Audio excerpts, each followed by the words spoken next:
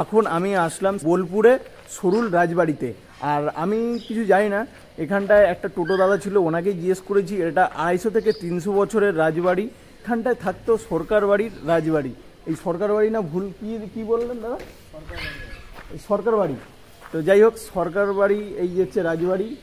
যাই আমার জানি না, তোমাদেরকে একবার শেয়ার করি। দেখো এই হচ্ছে ওই সামনের দিকে একটা মন্দির আছে, আর এই হচ্ছে রাজবাড়িটা।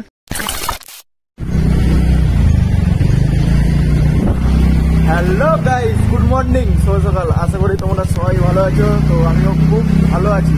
আর এখন ব্লগটা ঠিক শুরু করলাম 6:01 বাজে। আর আজকে আমি যাচ্ছি শান্তিনিকেতনে। আর ব্লগটা তোমরা দেখতে থাকো, আর যা যা হয় তোমাদেরকে পুরোটা শেয়ার করবো।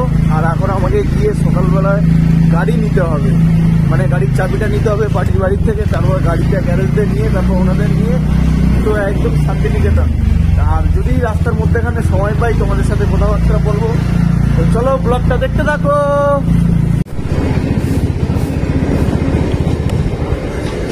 তো এখন আমি হৃদয়পুরে রেলগেটের সামনে দাঁড়িয়ে আছি। আর এখন ট্রেন যাচ্ছে। আর এই যে গেটটা তোমাদেরকে দেখায় আরেকবার, তো এই গেট পড়ে আছে। এই গেটটা উঠলে তারপর আমাকে আবার যেতে হবে।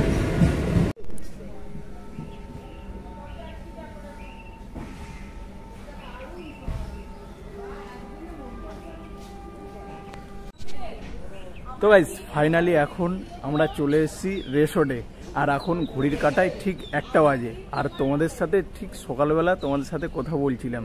তো তারপরে মানে গাড়ি চালিয়েছি তো আর কথা বলার সময় পাইনি। আর এক জায়গায় খেতে দাঁড়িয়েছিলাম, খেতে দাঁড়িয়ে ওই জায়গাটায় কোনো কিছু শোনা যাচ্ছিল না। তো ওই জায়গাটায় তো আমি নিজে ভিডিওটা ভালো হয়নি বলে ডিলিটও করে দিয়েছি। তো যাই হোক, তোমাদেরকে রিসর্টটা পুরো শেয়ার করব। তো এখানে খাওয়া দাওয়ার পরে আবার সোনাঝুরিতে যাওয়ার কথা আছে। তো তোমাদেরকে এই রিসর্টটা একবার ভালো করে দেখাই। এই হচ্ছে ধানের গাদা রিসর্টের ভেতরে। আর এই যে এইটা দিয়ে ওই মানে টানাটানি করে, এর মধ্যে সব মাল চাপি দিয়ে টানাটানি করে এই যে গাড়িটা, ঠেলা গাড়ি। আর ওইদিকে সেই ডিঙি নৌকোগুলো হয় না, ডিঙি নৌকো। আর চারিদিকে ফুলের গাছ আছে। আর এরকম ছোট ছোট ঘরগুলো আছে বসার জন্যে। আর এই যে তোমাদেরকে বলছিলাম, এটা ডিঙি নৌকো কি না আমি ঠিক অ্যাকচুয়ালি জানি না। আর দেখো, আর খুব সুন্দর, তোমাদেরকে প্রথমে শেয়ার করেছিলাম ফুলের বাগান টাগান। আর রিসর্টগুলো দেখো জাস্ট। আর রিসর্টটার নাম আমি এখন ভুলে গেছি, তোমাদেরকে পরে শেয়ার করে দেবো। গাড়ি চালালে কি আর পেট ভরে? আমাকে তো খেতে হবে। আর আমরা এখন চলে আসলাম বাউলমোহন রিসর্টের হোটেলে। আর ভেতরের অ্যাম্বিয়েন্সটা দেখো, খুব সুন্দর। চারিদিকে চেয়ার টেবিল সাজানো, তারপর দেয়ালের দিকে পাখা লাগানো, যে পাখা কুলো লাগানো দেখতে পাচ্ছ, কি সুন্দর করে, একদম খুব সুন্দর করে সাজানো। আর এই হচ্ছে মানে চেয়ার টেবিলগুলো। তো আমাকে একা বসতে হবে। তো আমি দেখলাম যে এটা আমার জন্য কমফোর্টেবল। আর আমি বসে পড়লাম। আমি দেখলাম যে বসে চেয়ারটার মধ্যে আমি কমফোর্টেবল না, কাঠের চেয়ার তো, যে একটা কি সুন্দর পিঠটা বেঁকিয়ে বসবো সেরকম একটা মজা পেলাম না। তো আমার খুব ভালোও লাগলো না। তো যাই হোক, বসে পড়লাম। আর খাবারটা কখন আসে দেখি, উমা, দেখতে দেখতে খাবার চলে এসেছে। আর খাবারের মধ্যে কত মেনু, 160 টাকার মেনু দেখো। নিরামিষ, ডাল ভাত, বেগুন ভাজা, চাটনি, তারপর পোস্ত, এত রকম খাবার দিয়েছে। আর এই খাবারটা দেখে না আমার মুখে জল চলে এসেছে।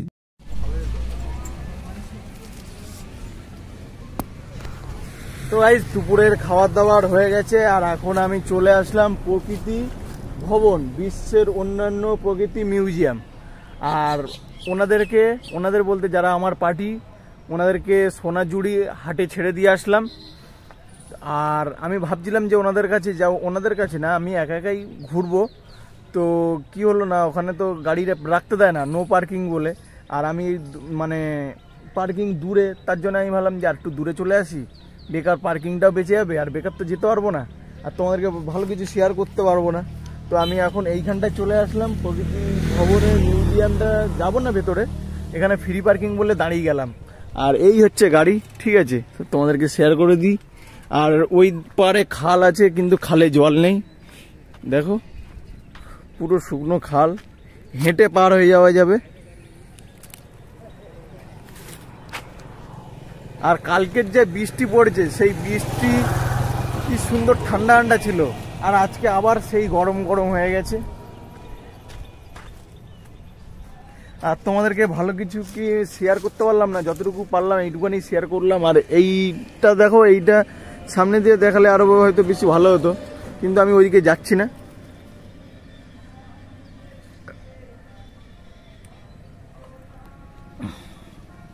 এই হচ্ছে মিউজিয়ামের ভেতর।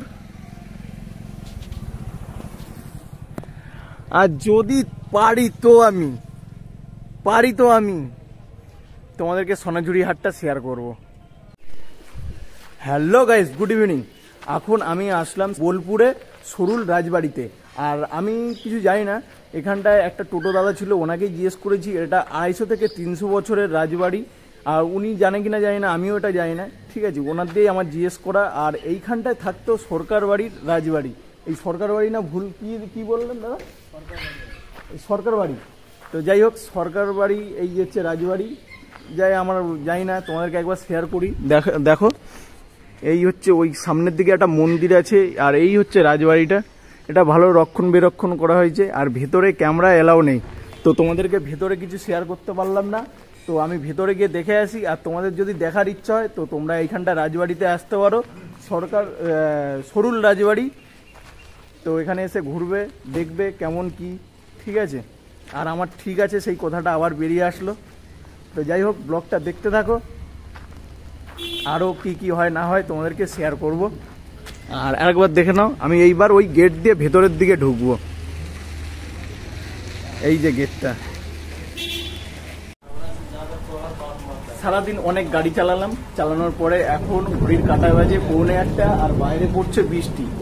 আর এখন আমরা বলতে ওনারা চলে গেছে ওনাদের রুমে, আর আমি ড্রাইভার রুমে আমাকে দেখিয়ে দিল। তো ড্রাইভার রুমটা তোমাদেরকে শেয়ার করব, তো চলো। আর এই হচ্ছে ড্রাইভার রুম। এখানে 3টে বেড আছে, এই একটা আর আমি মিডিলে। আর এখন আমি একটু স্নান করব, ফ্রেশ হব। আর আমাকে খাবার অর্ডার দিয়ে দিয়েছে, বললো যে তুমি একটু ফ্রেশ হয়ে তারপর খেতে আসো। আর আমি একটু ফ্রেশ হয়ে যাই, তারপর তোমাদের সাথে আবার কথা হবে। তো গাইস, রাত্রে খাওয়া দাওয়া হয়ে গেল, আর এখন আমি হাঁটতে বেরিয়েছি। আর তোমাদেরকে বলেছিলাম যে এই রিসর্টটার নাম কি, তোমাদেরকে পরে শেয়ার করব, আমি ভুলে গেছিলাম। তো এখন আমি তোমাদেরকে শেয়ার করছি। এই রিসর্টটার নাম বাউল মন। আর এই বাউল মনের রিসর্টে মানে খুব সুন্দর, এখানে মানে সবুজের প্রকৃতিটা বেশিরভাগ ভর্তি। তো তোমাদেরকে দিনের বেলা ওইটা শেয়ার করেছি। তো যাই হোক, আর বেশি কথা বলবো না, আজকের ভিডিওটা এতটুকুই। ভিডিওটা ভালো লাগলে like, comment, share and subscribe করো। আবার নেক্সট দিন দেখা হচ্ছে, তো চলো।